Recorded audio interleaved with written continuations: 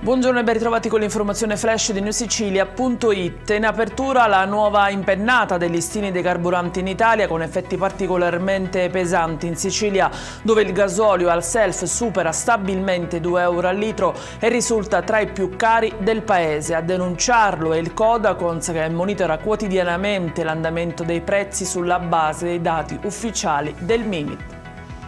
Sequestrati dalla Finanza 13 esemplari di corallo a rischio estinzione all'aeroporto Falcone Borsellino di Palermo, denunciati 2 turisti e sanzionati per 15.000 euro. Importante operazione della Polizia di Stato nel quartiere Picanello, dove un blitz in un'abitazione ha portato al sequestro di oltre 2 kg di hashish e quasi 600 grammi di marijuana, arrestato un 47enne catanese.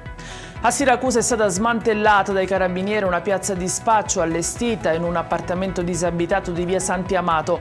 Nel corso dell'operazione sono stati arrestati un 29enne e 2 diciottenni per detenzione ai fini di spaccio.